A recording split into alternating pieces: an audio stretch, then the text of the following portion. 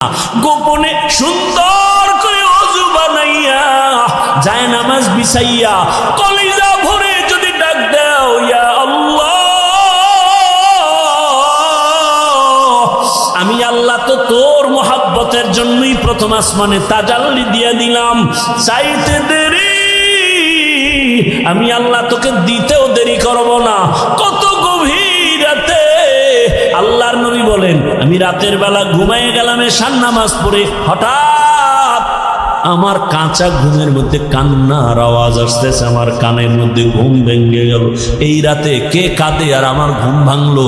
নবী বলেন, আমি উঠলাম, নজর করে দেখলাম আমার মাথার পিছনেই তো মসজিদে নববী।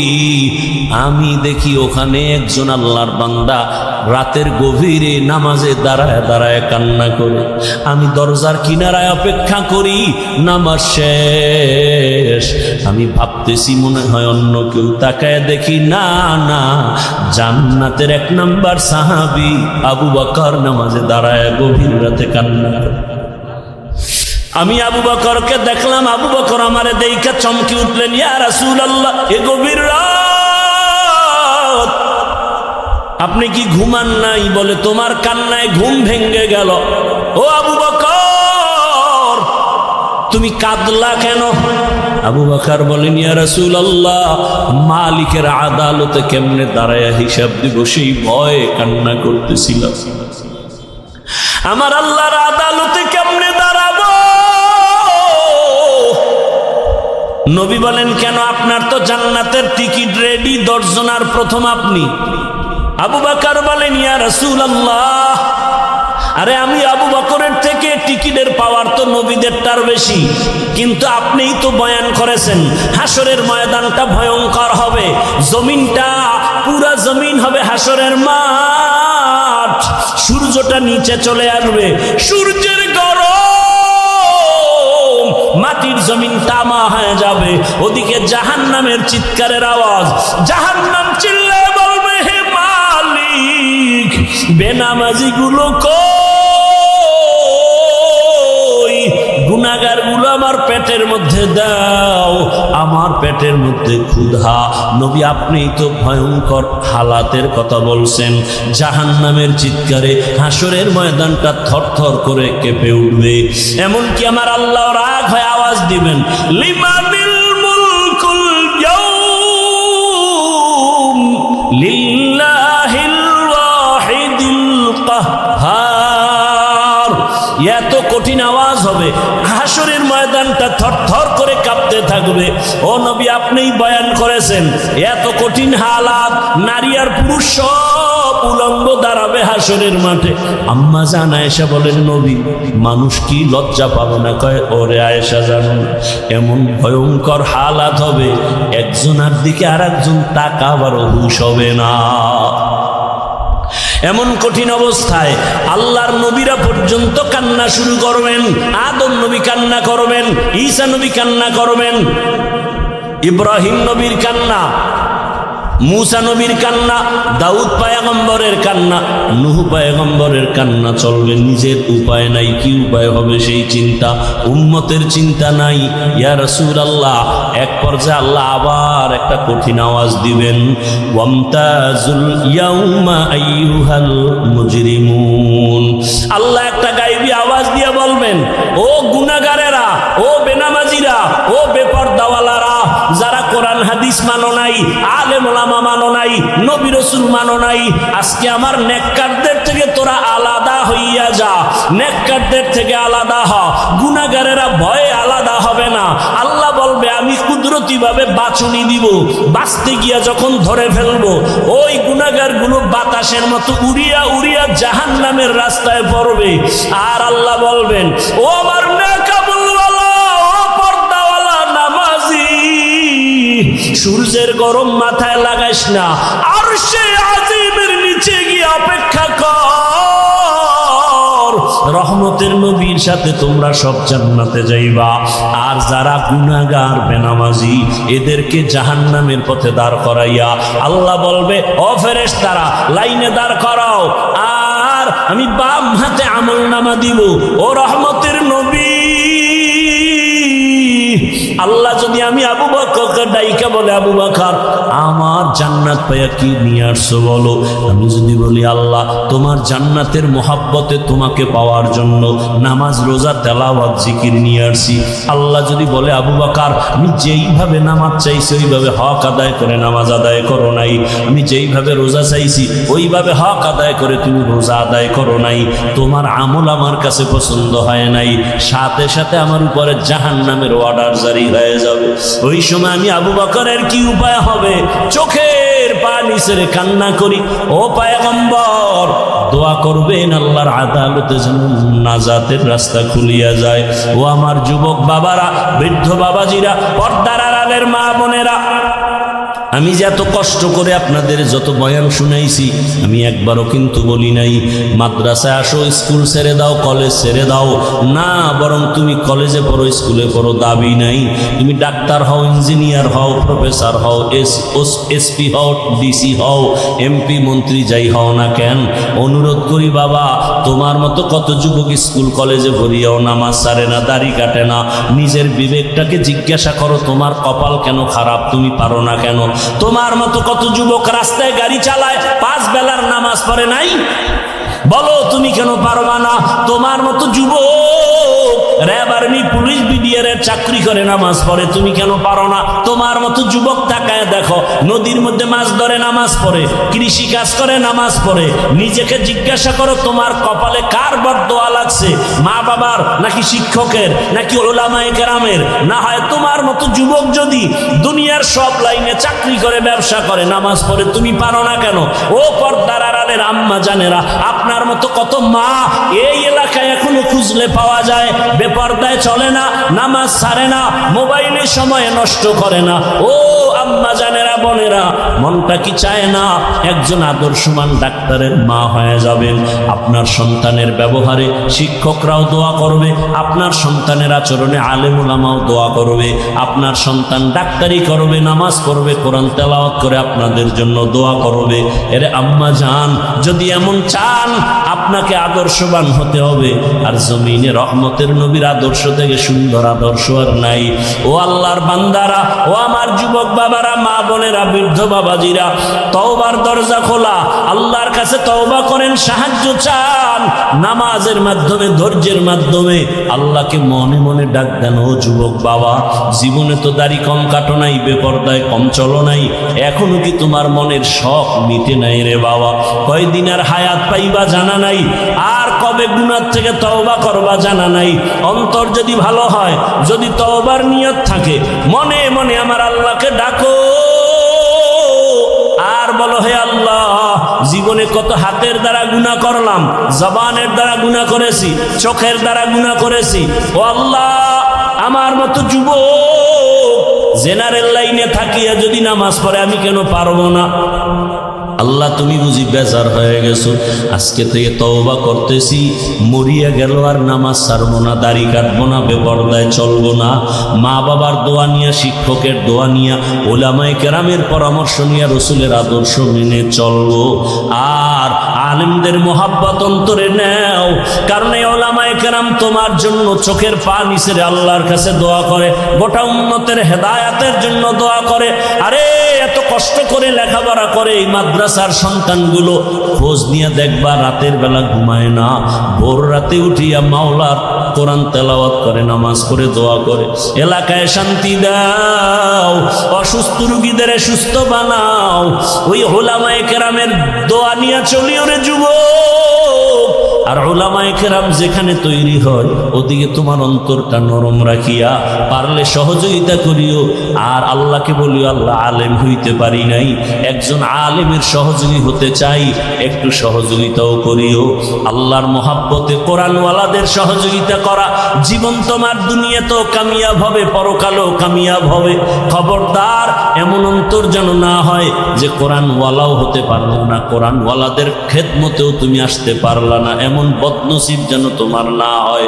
ওয়ালানাবলুওয়ান্নাকুম বিশাইইম মিনাল খাউফি ওয়াল জু'i ওয়া নাকসিম মিনাল আমওয়ালি ওয়াল আনফুসি ওয়াস সামারাত ওয়া বাশশিরিস সাবিরিন।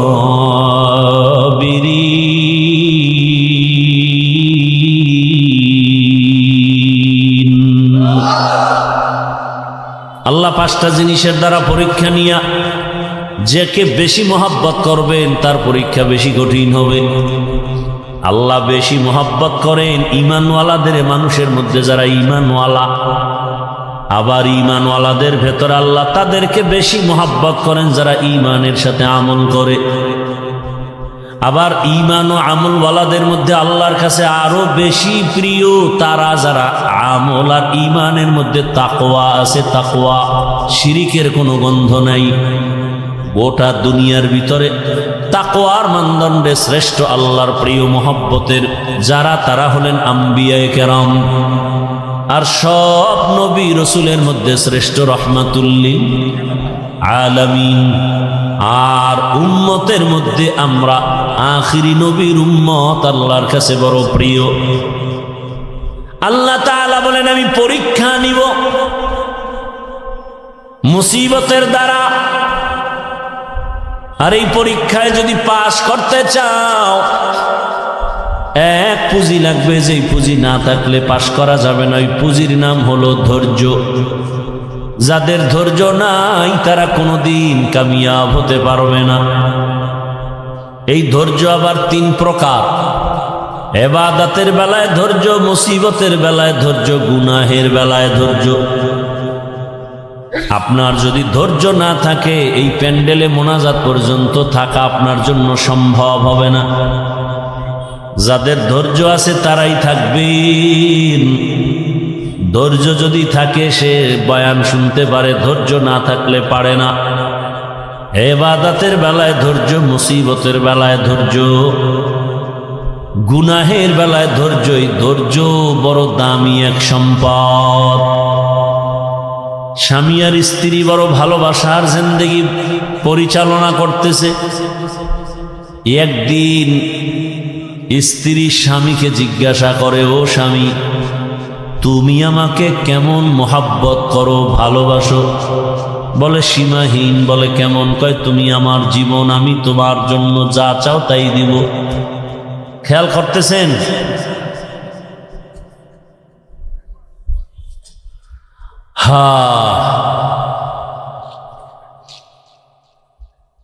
স্ত্রী বলে যা চাইব তাই দিবা?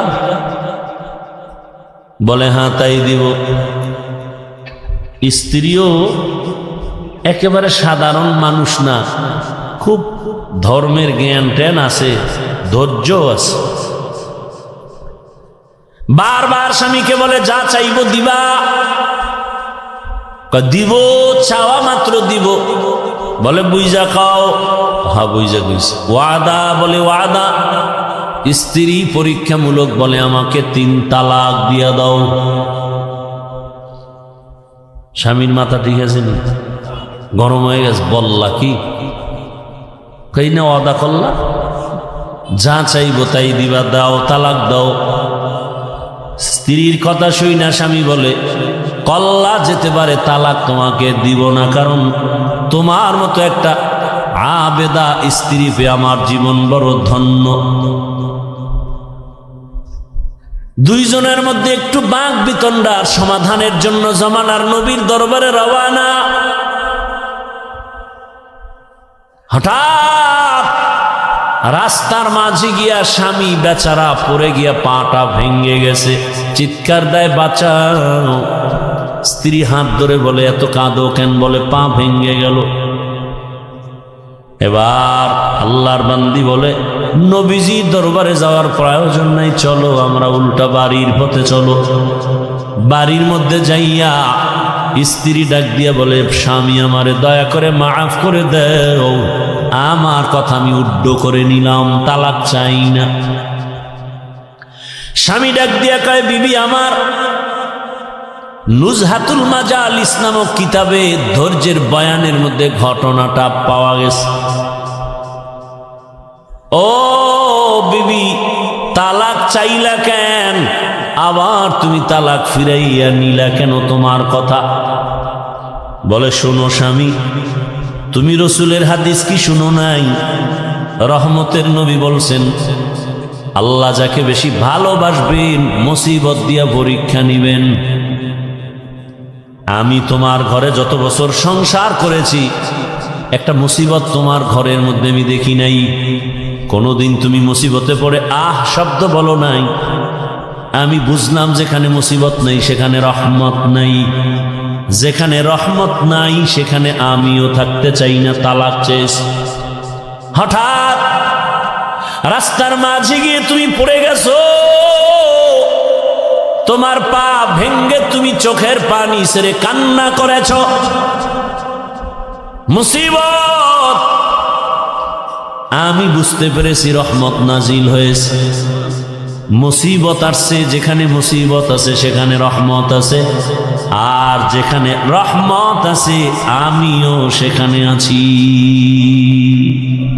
या इलाही मुझसे मुझको दूर कर, ताकि देखो मुझ में तुझको एक नजर। या इलाही तू मेरा माबूद है, या इलाही तू मेरा माशूक है। আল্লাহ যাকে বেশি ভালোবাসবেন তাকে মুসিবত দিয়া পরীক্ষা নিবেন। অন্য হাদিসের মধ্যে নবী বলেন, আদ-দুনিয়া সিজনুল মুমিন ওয়া জান্নাতুল কাফির। দুনিয়াটা মুমিনের জন্য জেলখানা, বেঈমানের জন্য শান্তির জায়গা, বালাখানা। যত শান্তি দুনিয়ায় মুমিন কখনো শান্তি পাবে না, বেঈমান শান্তি পাবে দুনিয়ায়। মরার পরে অশান্তি শুরু হবে, শেষ হবে না। আর মুমিন কষ্ট করবে দুনিয়ায়, মরণ পরে এমন শান্তি শুরু হবে আর কোনোদিন শেষ হবে না। দুনিয়ায় শান্তি, পরকালে কষ্ট বেঈমানের জন্য। দুনিয়ায় কষ্ট, পরকালে শান্তি মুমিনের জন্য। তবে মুমিন যদি আল্লাহর উপরে ভরসা করে, যদি একটু আখেরাতের লাইনে আগাইতে থাকে, দুনিয়ায় বান্দা সম্মান পাবে বোনাস। কি সমস্যা ভাইরা আমার? আল্লাহ যাকে বেশি মোহাব্বত করেন তাকে মুসিবত দিয়ে পরীক্ষা নেন। এই রকম হাজার উদাহরণ যদি টানি সারা রাত চলে যাবে। আমার রহমতের নবী, যার কোনো গুনাহ নাই, সন্দেহ করলে ঈমান চলে যাবে। আল্লাহ যাকে স্পেশাল করে বানাইছেন, মুসা নবী আল্লাহর বন্ধু, ঈসা নবী আল্লাহর। এই উঠা বসা করেন কেন? উঠার ব্যারাম থাকলে ঢুকছেন কেন? বাহিরে দাঁড়ায় দাঁড়ায় বয়ান শুনতেন, বিড়িটাই না আবার আসতেন। এত বুঝানোর পরেও নিজেরও ক্ষতি করেন, উম্মতেরও ক্ষতি করবেন। আপনার দীর্ঘ টাইম বসার অভ্যাস না থাকলে আপনি কেন বসেন ভিতরে? আপনি বাহিরে চেয়ার দিয়ে বসে বসে বয়ান শুনেন। আমি তো শুরুতেই বলছি, আমি বয়ান তো ওই গতানুগতিক ওই বক্তা হিসাবে বয়ান করি না, কলিজার ভালোবাসা দিয়ে বয়ান করি। মুখস্থ বয়ান না, আল্লাহর উপরে ভরসা করে বলতেছি। কি বয়ান করব তা তো আমি রেডি করে আসি নাই।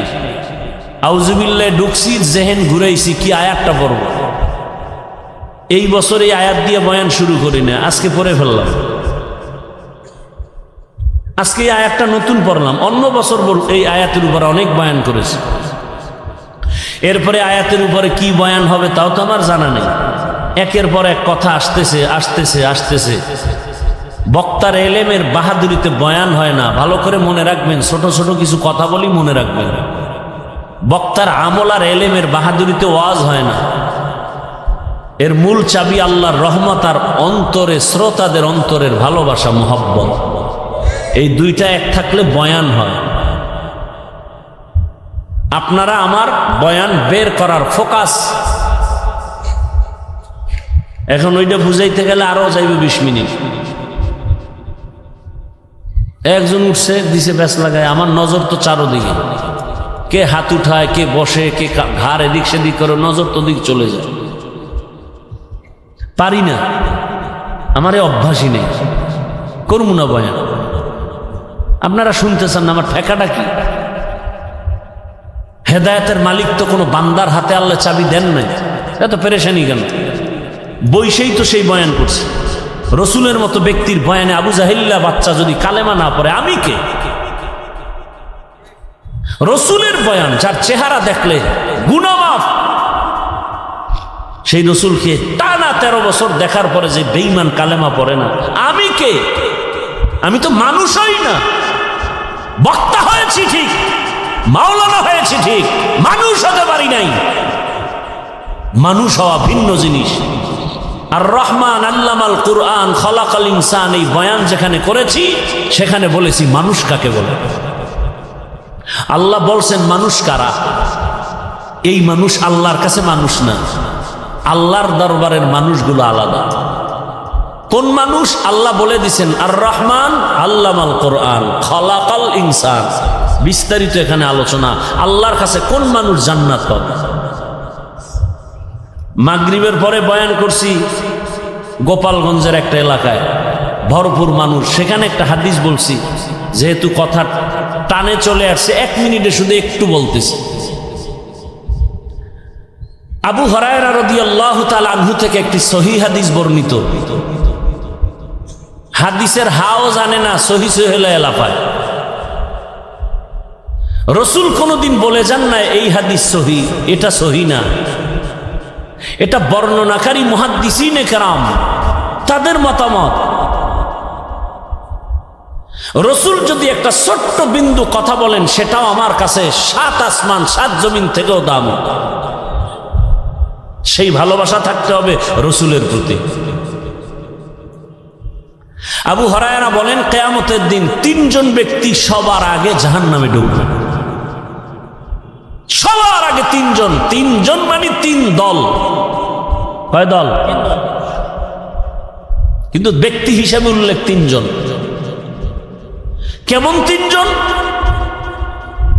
দুনিয়ার সব জ্ঞানীরা বলবে এরা 3 জন জান্নাত যাবে বিনা হিসাবে, কিন্তু আবু হুরায়রা বলেন রসুল বলেছেন 3 জন সবার আগে জাহান্নামে ঢুকবে। আবু হুরায়রা এই হাদিসটা বলতে গিয়া একজন সাহাবীকে শুনাইতে গিয়া 3 বার বেহুশ হয়ে গেছে। কয়বার? 3 বার বেহুশ হয়ে গেছে। সেই 3 ব্যক্তিকে দুনিয়ার জ্ঞানীরা বলে তারা বিনা হিসাবে জান্নাতি, আর আল্লাহ বলবে শিকল লাগায় জাহান্নামে ঢুকা। এর মধ্যে প্রথম ব্যক্তি যুদ্ধের ময়দানের গলা কাটা শহীদ, যে ইসলামের ময়দানে কাফেরের মোকাবেলায় যুদ্ধ করে শহীদ, আল্লাহ তাকে বলবে জাহান্নামে ঢুকা। দ্বিতীয় আমার মতো মাওলানা, আল্লাহ বলবে এই মাওলানা দিকে, দুনিয়ার মানুষ তোর বয়ান শুনছে, তোরে এলেম দিয়েছিলাম, কি করছো? আল্লাহ যে ওয়াজ করছি, দাওয়াত দিয়েছিলাম। মানুষ তো তাই জানে, আমি তো ভিতরেরটা জানি। মানুষ তো তোর উপরেরটা জানে, আমি তো ভেতরেরটা জানি। তোরে আল্লামা না লেখলে মনে কষ্ট পাইতি, কেউ জানতো না, আমি জানি। কি এই রোগ নাই? নামটা কেন নিচে হয়েছে? এই রোগ আছে। নাম কেন ছোট হলো, বড় হলো না? মনে তোর কষ্ট কেউ জানে না, আমি তোর অন্তরের খবর জানি। আরো কথা বলার সুযোগ নাই। আল্লাহ বলবে এই জাহান্নামের ফেরেশতা ধর এই মাওলানারে, জাহান্নামের ভেতরে ঢুকা। শহীদেরাও জাহান্নামে, মাওলানাও জাহান্নামে। 3 নাম্বার ব্যক্তি হবে যারা মাদ্রাসা মসজিদে দান সৎকা করে, কইবে ধর।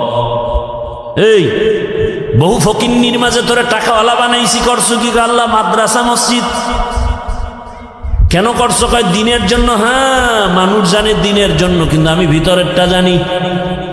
50,000 টাকা দান কইরা চায়ের দোকানে চাপাবাজি করছো, পুরা মসজিদ তুই কইরা দিস। তোর নামে আলহাজ না লাগাইলে মাথা গরম। দান করার পরে তোকে মারহাবা না বলার কারণে তোর মেজাজ গরম, পারো না, টাকা ফিরাই নিয়ে যাও। জাহান্নামের ফেরেশতাই নাফরমানের ধর, জাহান্নামের শিকল লাগায় জাহান্নামে নাও। ও আমার প্রিয় বাবারা, যুবক, পর্দার আড়ালের মা বোনেরা, বৃদ্ধ বাবাজিরা, শহীদের হালাত যদি এমন হয়, মাওলানাদের হালাত যদি এমন হয়, মাদ্রাসা মসজিদ করনেওয়ালা দানবীরের হালাত যদি এমন হয়, একটু একটা মিনিট চিন্তা করেন আপনার আমার উপায় কি হবে। জিন্দগি মে বন্দগি তু করনা হে, जिंदगी में बंदगी तू करना है, जिंदगी बे बंदगी शर्मिंदा है, जिंदगी बे बंदगी शर्मिंदा है। दुनिया में हो दुनिया का तलबगार न हो, बाजार से गुजर हो खरीदार न हो। ये दुनिया एक मिसले कागज फूल है, ये दुनिया एक मिसले कागज फूल है। जिंदगी में बंदगी तू करना है, जिंदगी बे बंदगी शर्मिंदा है, जिंदगी बे बंदगी शर्मिंदा है। जिंदगी में बंदगी कुन बंदगी, बंदगी बे जिंदगी शर्मिंदगी। ভাইরা আমার, বলার সময় কই আল্লাহ তাআলা বলেন, আমি চাই না আমার আদরের কোনো বান্দা বান্দি জাহান্নামে যাবে। আল্লাহ কখনোই চান না কেউ জাহান্নামে যাবে। আল্লাহ চান না হিন্দুরা জাহান্নামে যাক, খ্রিস্টানেরা জাহান্নামে যাক, ইহুদিরা জাহান্নামে যাক। আল্লাহ মোটেই চান না। বলে তার প্রমাণ, আল্লাহ বলেন আমি সব সময় তওবার দরজা খুলে রাখছি। আয় কুল ইয়া ইবাদিয়াল্লাযীনা আসরাফু আলা আনফুসিহিম লা তাকনাতু মিন রাহমাতিল্লাহ ইন্নাল্লাহা ইয়াগফিরুয যুনুবা জামিআ ইন্নাহু হুয়াল গফুরুর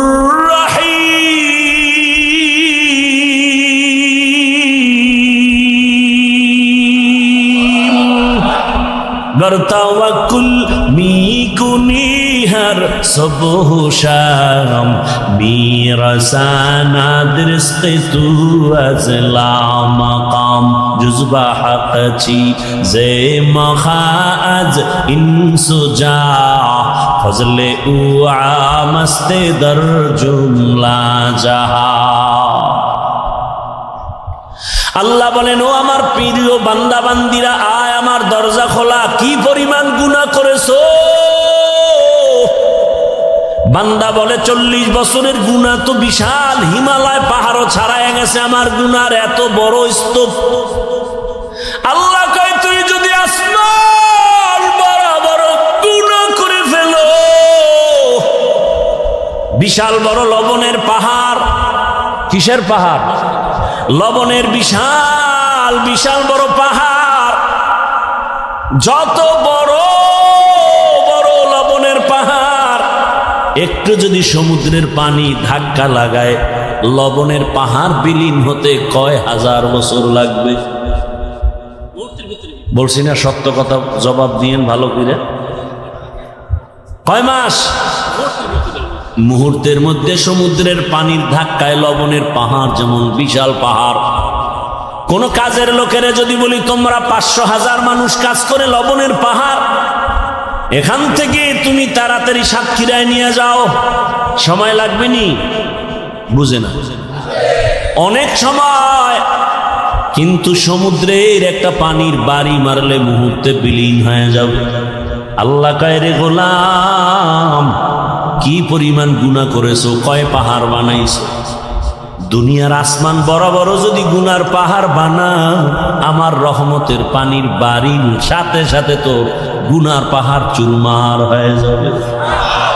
আতিনা ফি দারে দুনিয়া না হাসান, আতিনা ফি দারে উকবা না হাসান, ইয়া গিয়াসাল মুস্তাগীসিন ইহদিনা লাফতিখারা বিল উলুমে ওয়াল গিনা।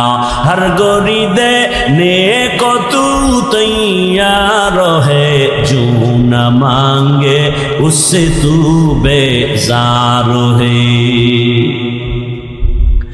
আল্লাহ তাআলা বারবার ডাকেন, আসো, তওবার দরজা খুলে দিলাম, আসো। এজন্যই তো আল্লাহ পাক আয়াতে বলেন, ও মুমিন সাহায্য প্রার্থনা করো। আল্লাহ পাক মুমিনকে বলছেন, কোন বেঈমানকে বলেন না কেন? এর সংক্ষিপ্ত জবাব হলো, জান্নাত শুধু মুমিন পাবে, কোনো বেঈমান কখনো জান্নাত পাবে না। জান্নাত কারা পাবে? মুমিন, কোনো বেঈমান পাবে না। কিন্তু একটু আগেই কিন্তু আমি বলছি, আল্লাহ চান না কোনো বান্দা বান্দি জাহান্নামে যাবে। এই হলো এক কথা। আর এক কথা কি, জমিনে যত মানুষ আসছে নাই আসবে, সবার নামে জান্নাতে আলাদা আলাদা বাড়ি নাম লেখা বরাদ্দ করা। নমরুদ নামে একটা জান্নাত আছে, জান্নাতে ঘর আছে আলাদা। ফেরাউনের নামে জান্নাতে ঘর আলাদা। বেশ্যা তাসনিমার নামেও জান্নাতে ঘর আলাদা। এক কথায় দুনিয়ার সব মানুষের নামে নামে নামে নামে জান্নাতে ঘর। কিন্তু কোনো বেঈমান জান্নাত পাবে না, এ কথাও সত্য। আল্লাহ কাউকে জান্নাত জাহান্নামে দিতে চান না, তাও সত্য। তাহলে বেঈমানরা না পাইল, ওদের জান্নাত বানানো যে নির্ধারিত করা আছে, জান্নাত কি হবে? ফেরাউনের জান্নাত কোথায়?